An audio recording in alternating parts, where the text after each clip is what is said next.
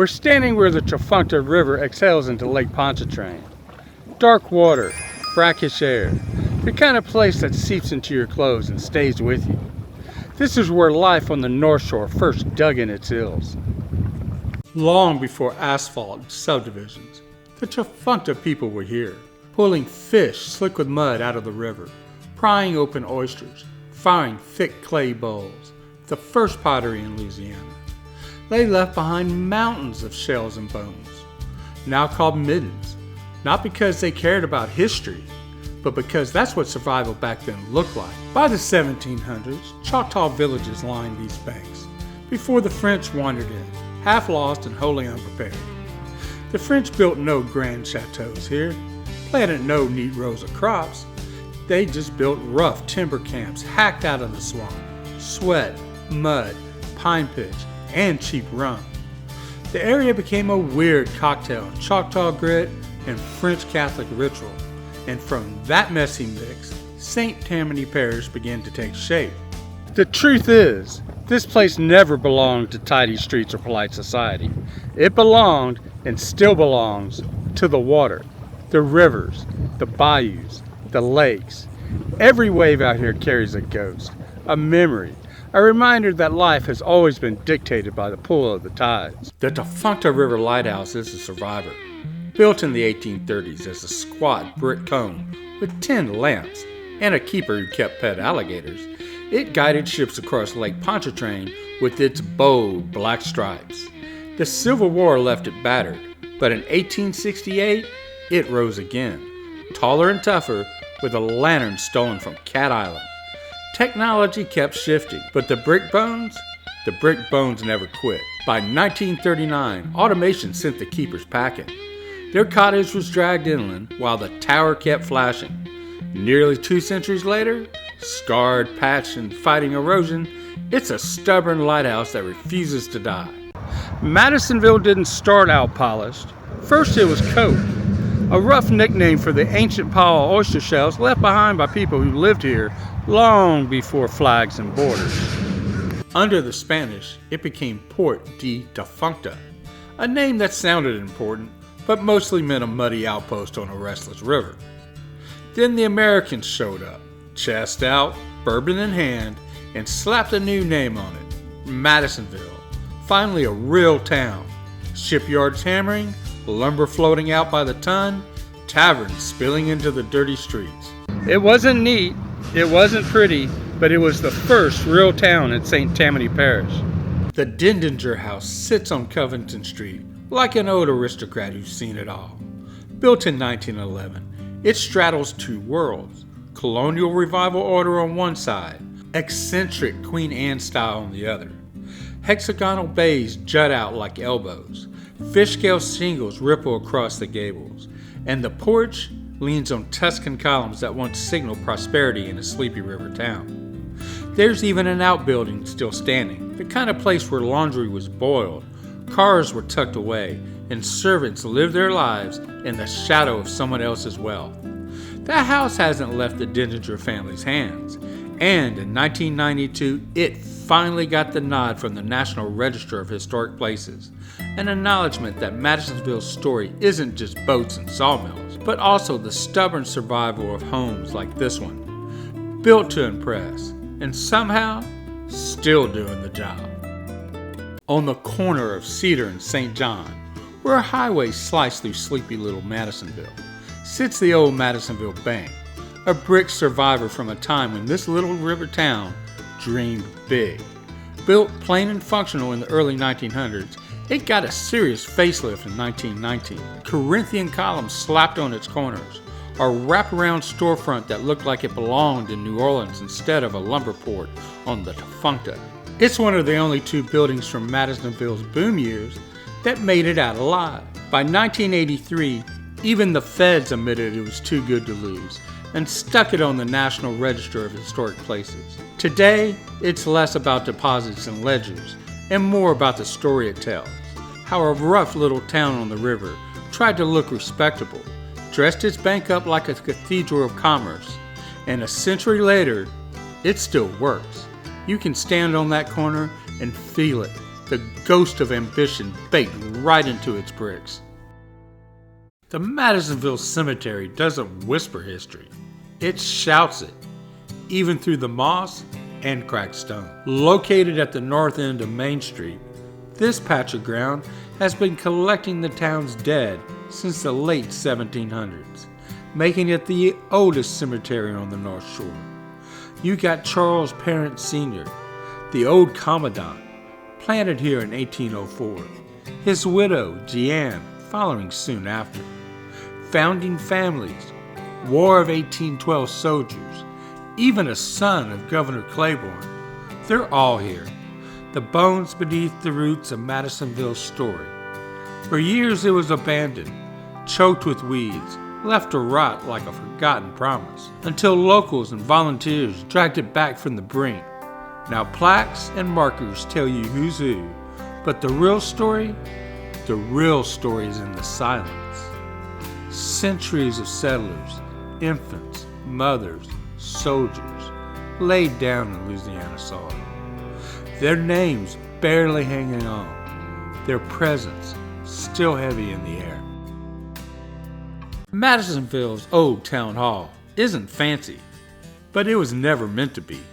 Built in 1911 out of brick and stone, it's a solid workmanlike building.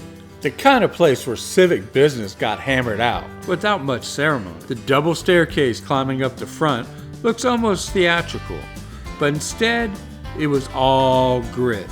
Council meetings, town records, and the daily grind of small town governance. For decades it was the nerve center until 1976, when politics moved somewhere else and the cops moved in. These days, it shed the paperwork and patrol cars and reinvented itself as the Madisonville Historic Museum. It got its spot on the National Register in 1990, not because it's pretty, but because it's real.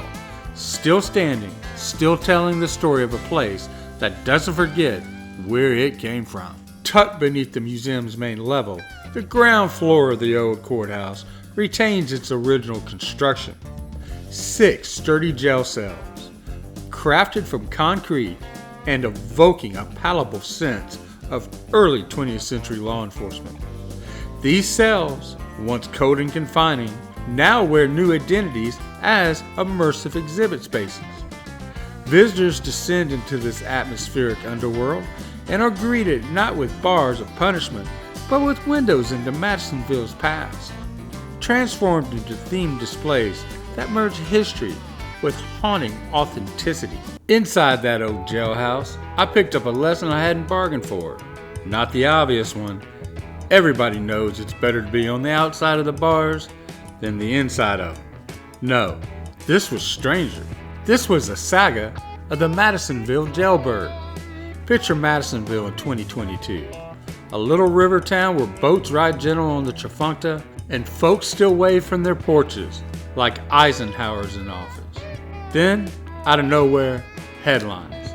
Not a hurricane, not corruption, even though this is Louisiana, not even a fist fight at the gas station.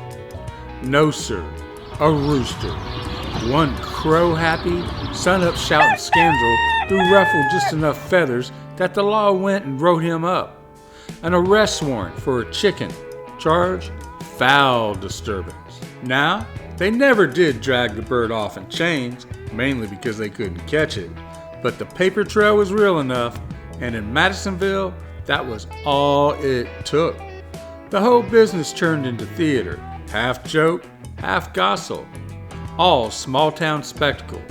The story spread quicker than spilled whiskey, over beers, over barbecue, in the grocery line.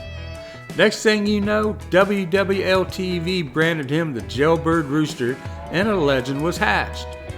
Then came the naming contest, reward posters, outlaw nicknames fit for a dime novel. Folks leaned in hard to the ridiculous, and the bird went from backyard nuisance to folk hero. Ask around today and you'll still hear it. From a bartender, from a grandmother, maybe even a deputy who swears the paperwork's still filed away somewhere. As for the rooster himself, he may be long gone, or he may still be strutting down some alley crowing like he owns the prairie. But the tale, well, that lives on. Proof enough that in Madisonville, Louisiana, even a rooster can end up immortal. And sometimes the jailhouse walls hold stories louder than the cells ever did.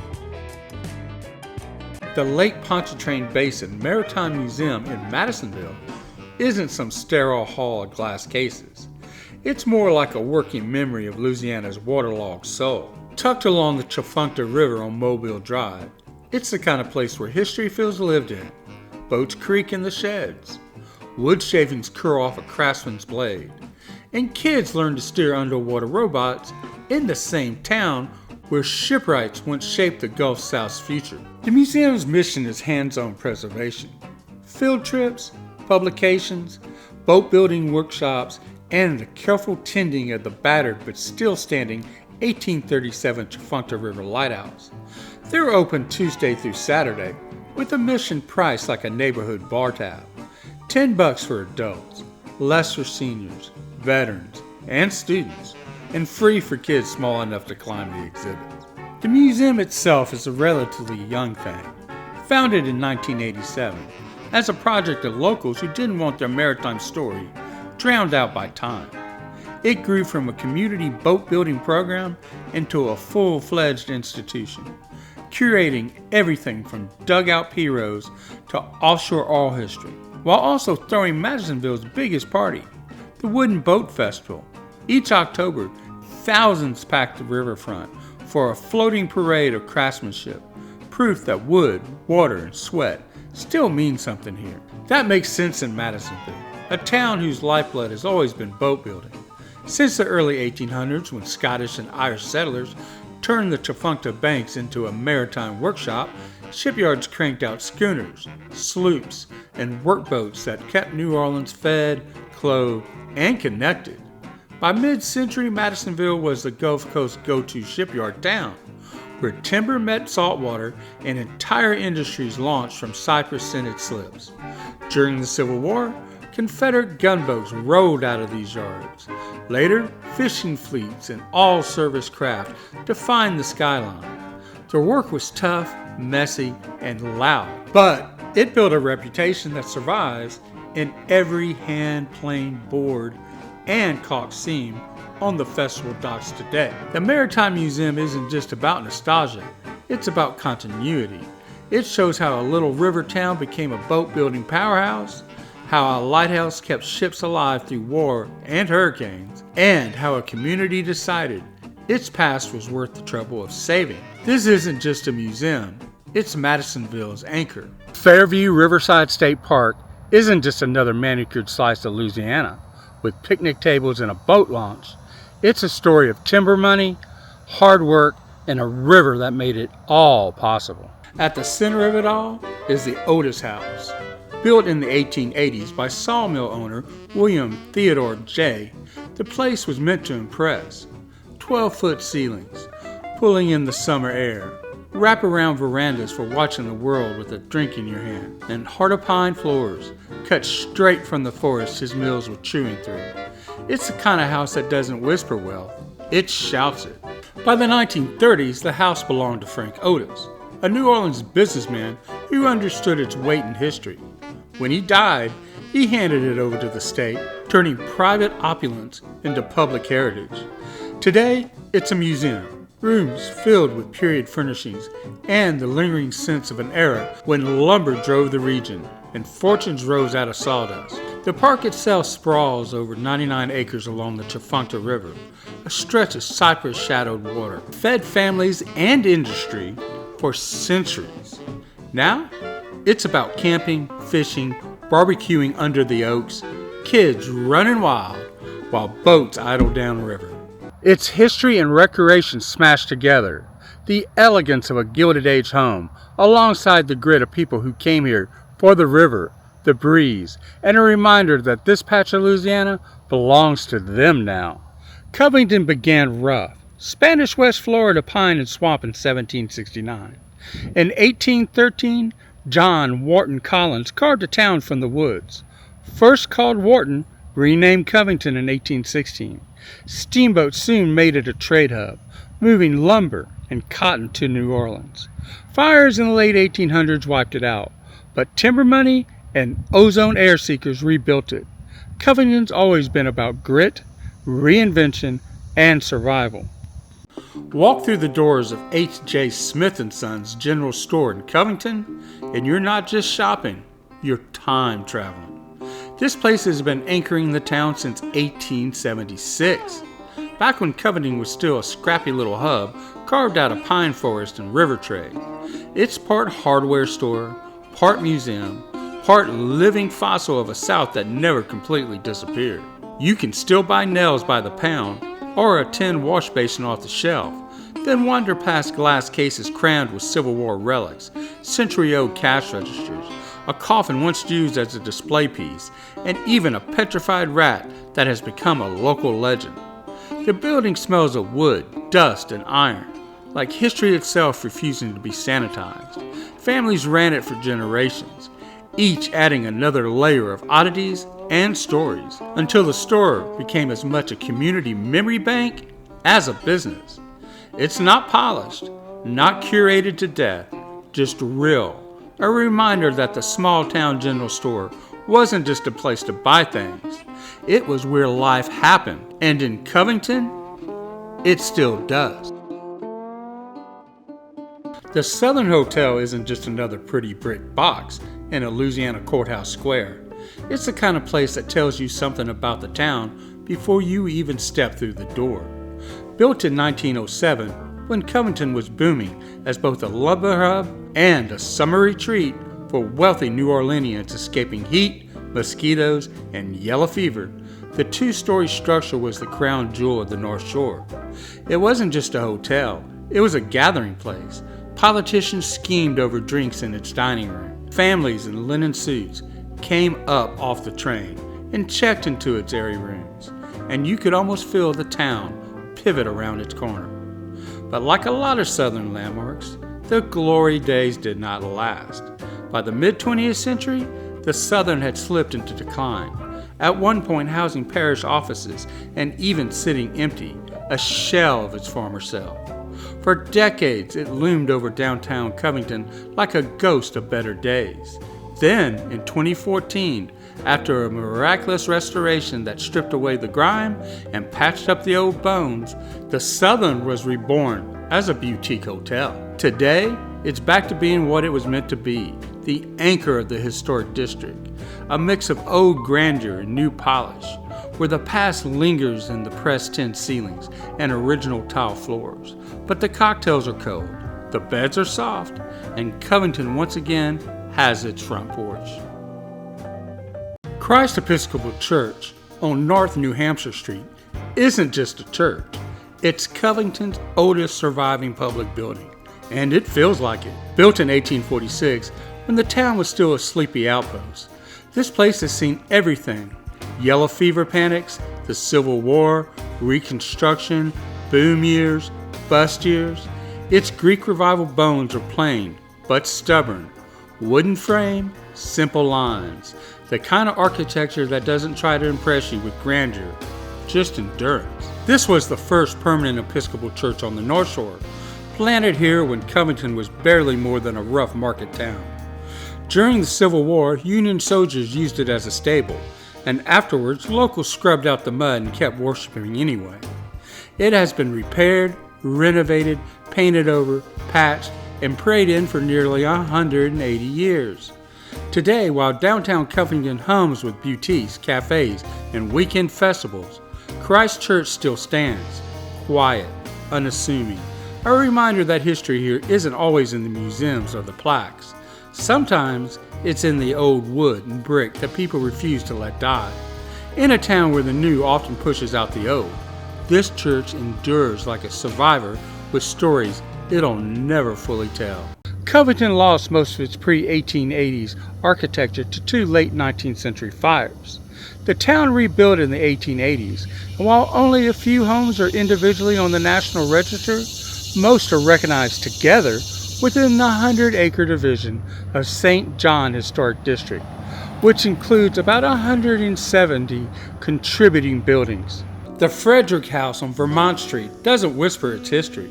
It wears it loud, like the swagger of the man who built it. Emil, boss Frederick, Covington politician, wheeler dealer, and local power broker put this raised 1.5-story house up around 1890, and he didn't go subtle. It's a Queen Anne showpiece, dressed out with stick and Eastlake flourishes, turned spindles, brackets, and delicate woodwork that once screamed money, influence, and style. The kind of house that told you that Frederick wasn't just another face in the crowd. He was the guy pulling the strings. Time has shifted around it, but the bones of the house still hold court, a reminder of when Covington was growing from Piney Woods backwater into a town that wanted to be seen. The Frederick House landed on the National Register of Historic Places in 1982, not just for its ornate detailing, but because it's one of the rare survivors of that era's ambition. A little Victorian bravado standing up proud on Vermont Street. Walk past it today and you can almost hear the politics, the deals, the laughter on the porch, and the sense that in Covington, Boss Frederick's shadow once loomed as large as his house still does. Black Flower Apparel and Records on North Columbia Street feels less like a shop and more like a cultural checkpoint. One of those places you stumble into downtown and immediately think, yeah, this is where the soul of the town is hiding. It's not just a polished chain with fluorescent lights and background music. It's a hybrid stitched together like a favorite denim jacket. Half apparel boutique, half record store, all personality. Racks of shirts and oddball fashions hang a few feet away from crates of vinyl, stacks of cassettes, CDs, even VHS tapes. Formats most of America abandoned, but Covington still spins, rewinds, and treasures. The vibe is creative and loose, the kind of place where browsing turns into conversation, and conversation turns into friendship. You don't just shop here, you sink into it, flipping through the records you didn't know you needed until the sleeve hit your hand. It's part music museum, part counterculture clubhouse, proof that downtown Covington isn't just antiques and wine bars. Black Flower keeps it weird, keeps it human, and gives locals a reason to remember that culture doesn't only live in New Orleans, it can bloom on Columbia Street too. Abita Springs was born from water, first as a Choctaw camp surrounding healing springs, then as a 19th century retreat where hustlers sold miracle cures to New Orleanians escaping the heat and yellow fever. The railroad turned it into a booming resort town, drawing thousands who believed that the waters could fix whatever was ailing them. Automobiles eventually ended the spa craze, but the old cottages and Victorian homes, they stayed. Abita Springs still carries that mix of legend and charm. A town built on the promise of water that never really lost its magic. The Abita Springs Historic District is 162 acres of weathered porches, tin roofs, and old churches. More than 180 buildings from the late 1800s and early 1900s. It's not polished, and that's the point. The district tells the story of a small Louisiana town that survived, adapted, and kept its soul intact. The Abita Springs Pavilion isn't just a piece of architecture, it's the town's calling card. The center of the myth they sowed to anyone desperate to get out of New Orleans' heat and disease. Built in 1888 with Thomas Selly's hand behind the design, it rose like a Victorian crown over the bubbling mineral springs that gave Abita its name. Selly dressed it up in ornate trim and airy geometry, the kind of fanciful woodwork Victorians loved. But the purpose was practical: shade, air, and a place to sit while you convinced yourself those waters could cure whatever ailed you. Back then, Abita Springs was a health resort. People packed steamboats and railroad cars to come breathe ozone air and drink from the springs, swearing it could chase away yellow fever, malaria, or just the bone-deep exhaustion of city life. The pavilion sat at the center of that fantasy. Musicians set up here, preachers claimed the waters were God's gift, and families in their Sunday best gathered to sip and socialize. This wasn't just leisure, it was ritual, a small-town theater where health, hope, and a little bit of hustle met under a wooden roof. Over the decades, the resort era faded. The mineral water talk got old, but the pavilion didn't vanish. It became a symbol of Abita itself, a stubborn survivor that outlived the hotels and the health craze. By the time it was listed on the National Register of Historic Places in 1975, the pavilion was more than lumber and nails. It was memory, carved into Victorian curves. The Abita Springs Trailhead Museum isn't some glossy, big-budget institution. It's more like the beating heart of a small town that refuses to forget its own history. Sitting right off the Tammany Trace in what was once the town's old railroad depot, the museum leans into the grit and charm of Northshore history. The walls are packed with photographs, maps, and artifacts that tell the tale of Abita Springs, from its days as a healing retreat built on mineral waters, to the resort boom years, to the scrappy resilience of a community that always seems to reinvent itself. It's the kind of place where you can trace the footsteps of early loggers, railroad men, and vacationers who swore the spring waters could cure everything from indigestion to heartbreak. Basic facts: it's small, but it's mighty, free to enter, open to anyone who's curious enough to step inside. And ideally located right at the trailhead, where cyclists, families, and wanderers pass by. The building itself is part of the story, a restored remnant of Abita's railroad past, now pulsing with the kind of local pride that money just can't buy. The exhibits covered the town's resort heyday, the pavilion era, the architectural gems, and the oddball quirks that make Abita, well, Abita. And here's the real kicker: none of it would work without the staff and volunteers. These folks aren't just docents, they're guardians of memory, storytellers who keep the history alive with a mix of grit, humor, and bottomless patience. They show up not for a paycheck or applause, but because they believe this town's history matters, that someone needs to keep the flame lit. Without them, the museum would just be a dusty old depot with a few display cases. With them, it's alive, it breathes, it feels like Abita Springs itself. Welcome, unpolished, authentic, and chock full of heart. Trinity Evangelical Lutheran Church isn't some grand cathedral meant to intimidate you into holiness. It's a modest clapboard church thrown up in 1906 by a handful of German and Scandinavian families chasing faith and fresh air on Louisiana's North Shore. Gothic revival, sure, but stripped down to the bones. A sharp little corner steeple, white boards weathered by a century of rain, and stained glass that still splashes color across plain wooden pews. This place has seen it all. Penny drives led by kids to buy lightning rods, potluck suppers in the fellowship hall that started life as a parsonage, and a congregation that's stubborn enough to celebrate its 100th anniversary without losing sight of its roots. It's not about grandeur, it's about grit, community, and the strange poetry of a small Louisiana town keeping faith in a building that feels as much like home as it does a church. Saint-Jean de Chantal isn't grand, it's grit in brick form. The parish began in 1887 with the modest mission church at Keller and 2nd. By the 1920s, Father Martin Barry rallied enough to build the parish's first brick church, finished in 1923 and designed by Gulf coastal architect Theodore Brune. Its revival style is simple, sturdy, and dignified, with a ceiling crafted by local builder Lawrence Flott. Inside, light filters through arches and stained glass, once accompanied by an organ from the Ursuline Convent in New Orleans. The mission grew into a full parish by 1949, surviving not just as a building, but as a living marker of Abita Springs' faith and history. In plain words, Saint-Jean de Chantal is humble but enduring, a place where brick, faith, and community still hold steady. The Abita Springs Town Hall doesn't look like much at first glance, just another modest civic building in a sleepy Louisiana town.